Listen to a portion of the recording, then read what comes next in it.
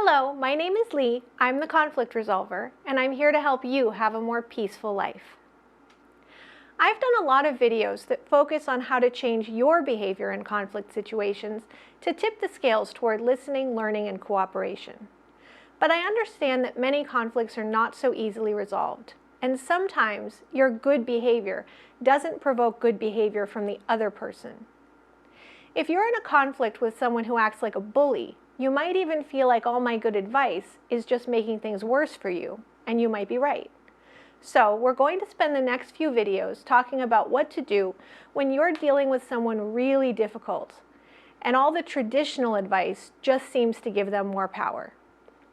But first, please like and subscribe. If you have a question you'd like me to answer in a future video, leave a comment below.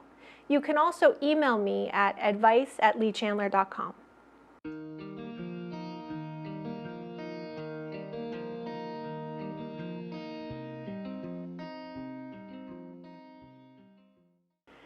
Wouldn't it be nice if we never had to deal with bullies? Or if we could at least leave them on the playground and enter adult life as adults?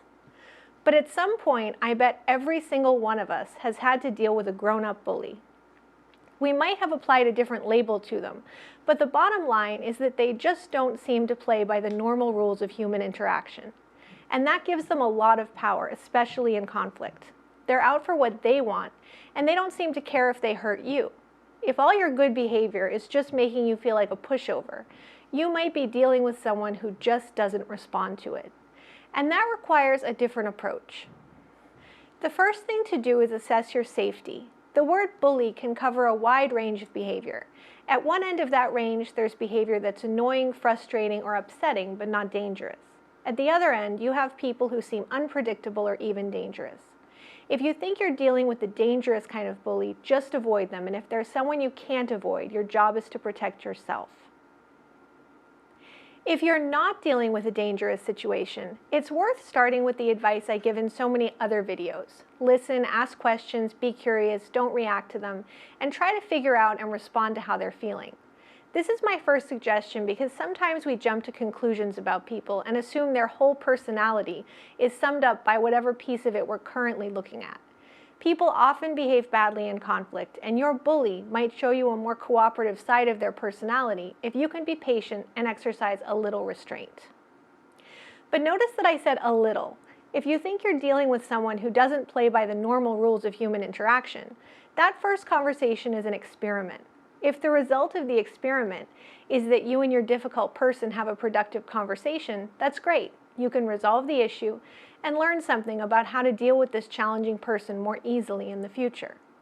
But if the conversation isn't becoming productive, it's important for you to notice so you can change your approach quickly.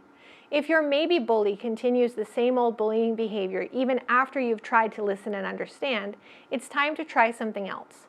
It can be helpful to go in with a time limit in mind so you don't just keep banging your head against the wall if they're not responding to your efforts. But the same old bully behavior isn't the only thing to look out for here. If they're stubbornly preventing the conversation from getting anywhere, persistently shifting all the blame to you, trying to manipulate you, or doing things that make you feel like your good behavior is putting you at a disadvantage, it's probably time to try something else. In the next few videos, we'll look at specific approaches you can take once you know you're dealing with a bully.